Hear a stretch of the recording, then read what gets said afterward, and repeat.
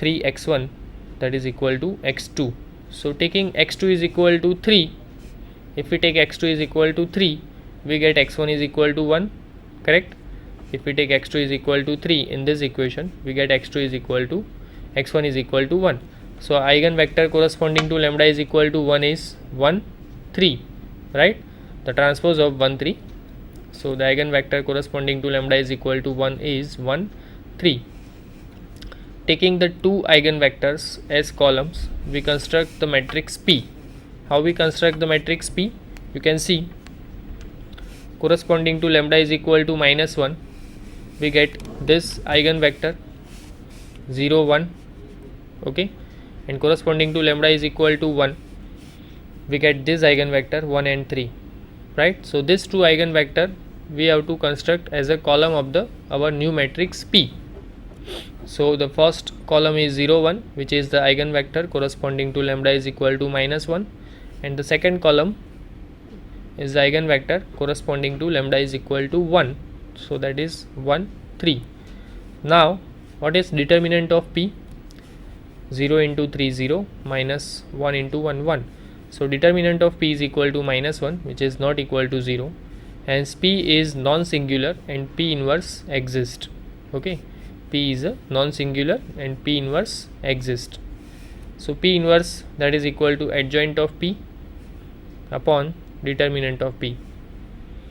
So 1 upon -1 that is equal to 3 minus 1 0, that is equal to -3 1 1 0, okay, -3 1 1 0. So this is our P inverse. And what is the diagonalizes matrix? P inverse AP, okay. So this is P inverse -3 1 1 0, A is 1 0 6 minus 1, P is 0 1 1 3.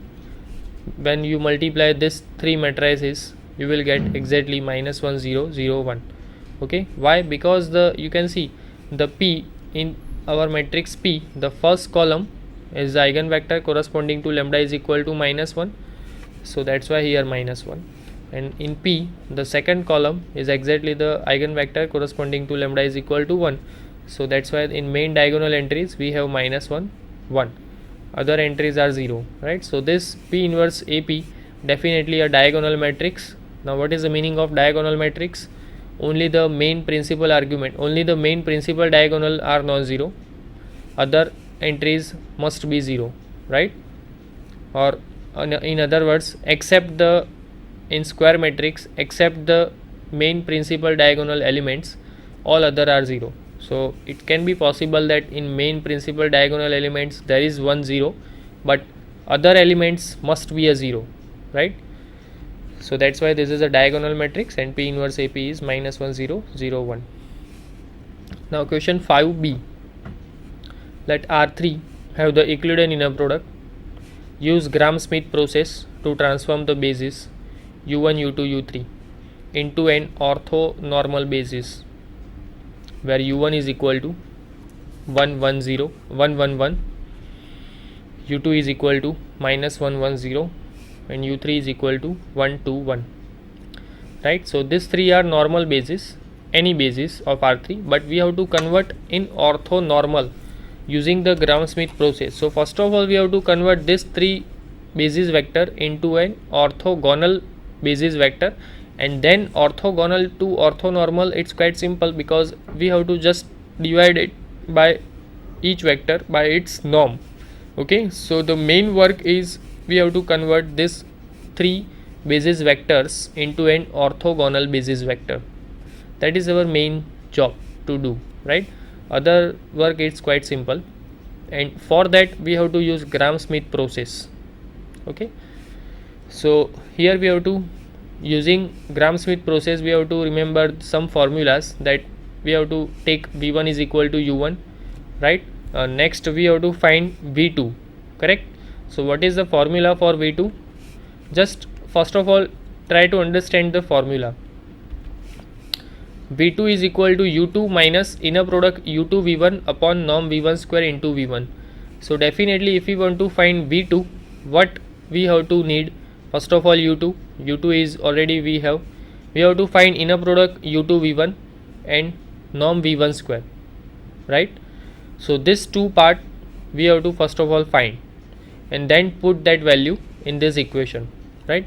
Similarly, after that we have to find v3.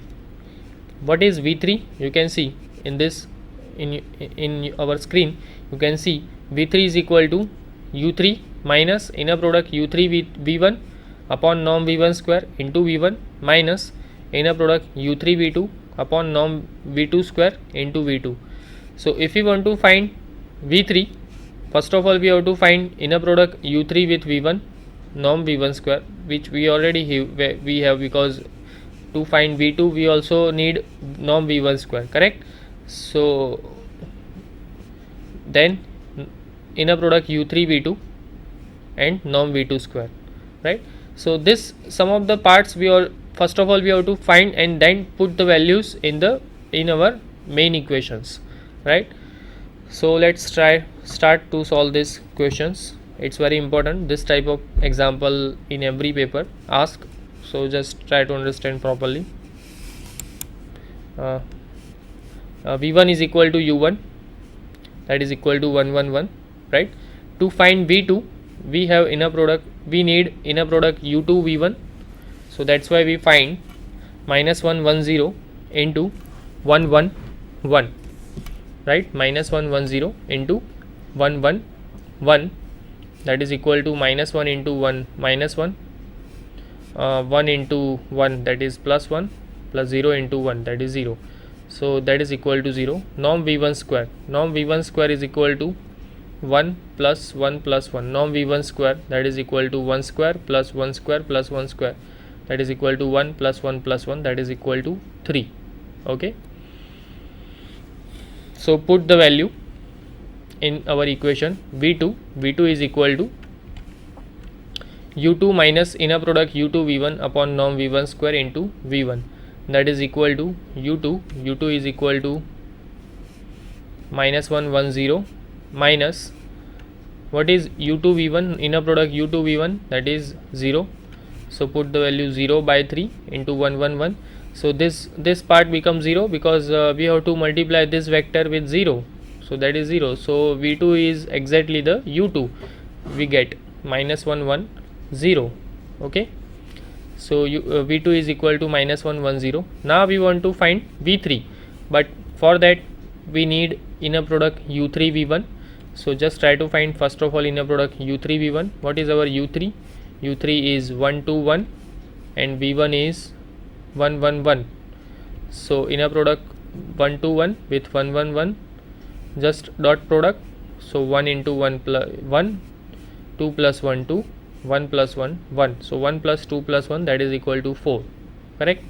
Now we need inner product u3 v2, so what is our u3? 1 2 1 and v2 is minus 1 1 0, so inner product with 1 2 1 with minus 1 1 0, that is equal to 1 into minus 1 plus 2 into 1 2 plus 1 into 0 0, so that is equal to 1.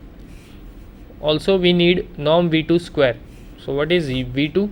v2 is minus 1 1 0, norm v2 square that is equal to minus 1 square that is 1 plus 1 square that is 1 plus 0 that is equal to 2, so norm v2 square is equal to 1 plus 1 plus 0 that is equal to 2. Now v3 is equal to u3 minus inner product u3 v1 upon norm v1 square into v1 minus inner product u3 v2 upon norm v2 square into v2. u3 is equal to 1 2 1 minus 4 by 3 into 1 1 1 minus 1 by 2 into minus 1 1 0. So just simplify these equations. 1 2 1 minus 4 by 3 4 by 3 4 by 3, right? And minus, just multiply minus 1 by 2 in this vector, so we get 1 by 2 minus 1 by 2 0, 1 by 2 minus 1 by 2 0. So this is 1 minus 4 by 3 plus 1 by 2, that is 1 by 6. 2 minus 4 by 3 minus 1 by 2, again you will get 1 by 6. 1 minus 4 by 3, you will get minus 1 by 3. Okay, so Now you can see norm v1. What is our norm v1? We already find norm v1. Norm v1 square is 3, so norm v1 is equal to under root 3. Norm v2 square is equal to 2, so norm v2 is equal to under root 2, right? And norm v3, so norm v3 square, that is equal to, you can see 1 by 36 plus 1 by 36 plus 1 by 9.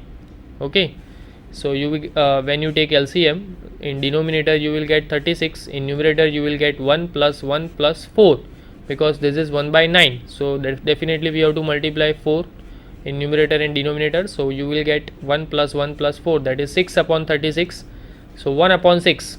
So norm v3 square is actually 1 upon 6, so that's why norm v3 is equal to 1 upon root 6. Okay, why we need norm of each v1, v2, v3? Because this v1, v2 and v3 are not orthonormal basis vector. These three vectors are just orthogonal basis vector, right? This v1, this v1, this is v2, and this is our v3. These three vectors are just orthogonal basis vector, but we have to convert orthonormal basis vector, so that's why we have to divide each and every vector by its norm. So the required orthonormal basis is given by v1 upon norm v1, v2 upon norm v2, and v3 upon norm v3. So what is our v1? 1 1 1. We have to divide norm of v1, so that is 1 by root 3, 1 by root 3, 1 by root 3.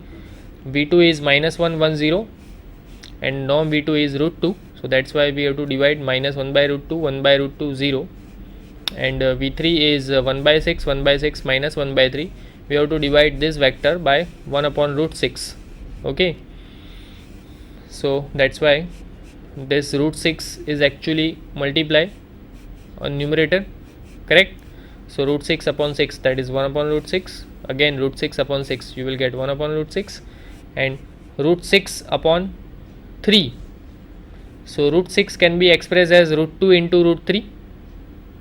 Okay, root 2 into root 3, and this also can be expressed as root 2 into root 3, root 3 into root 3.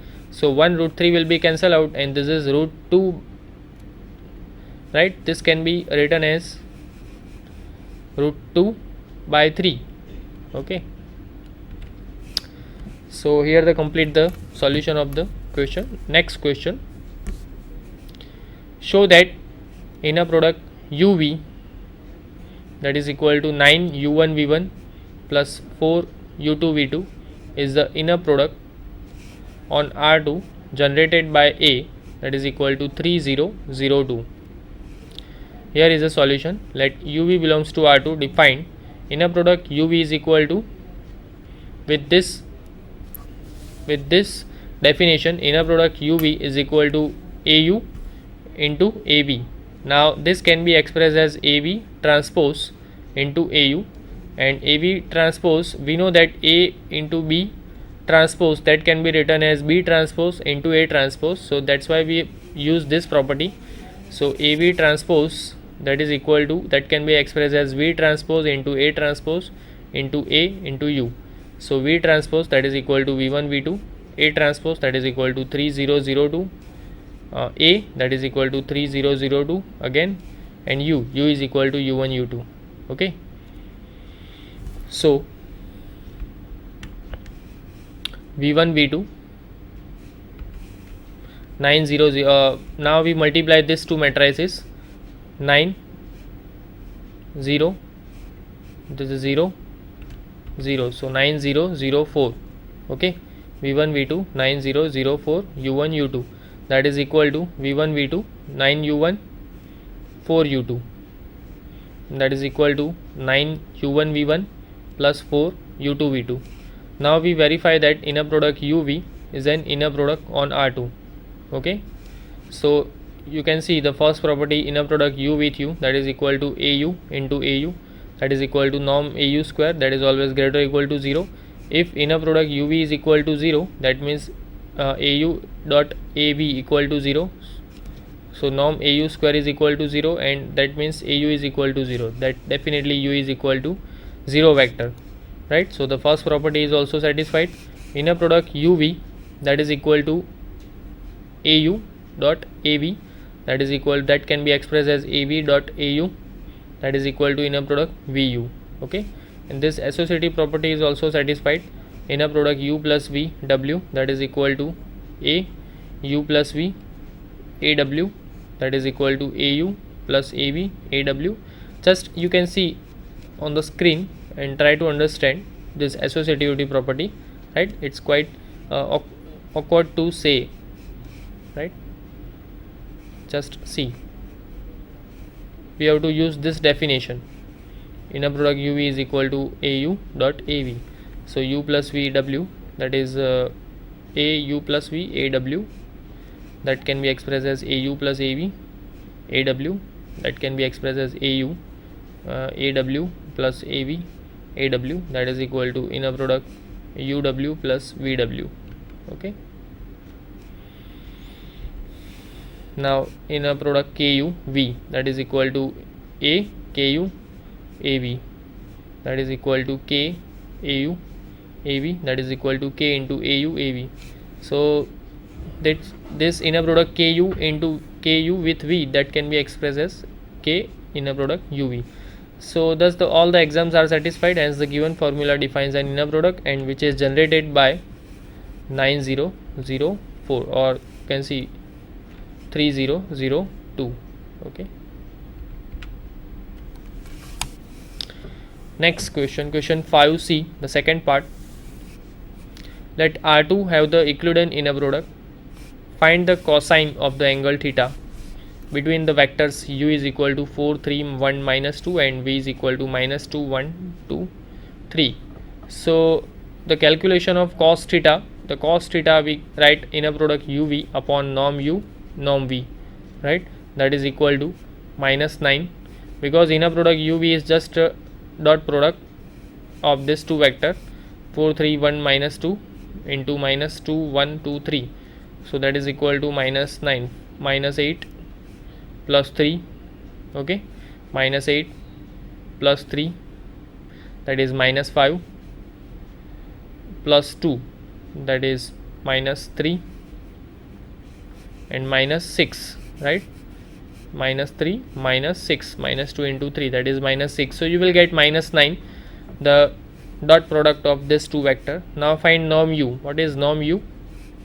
Under root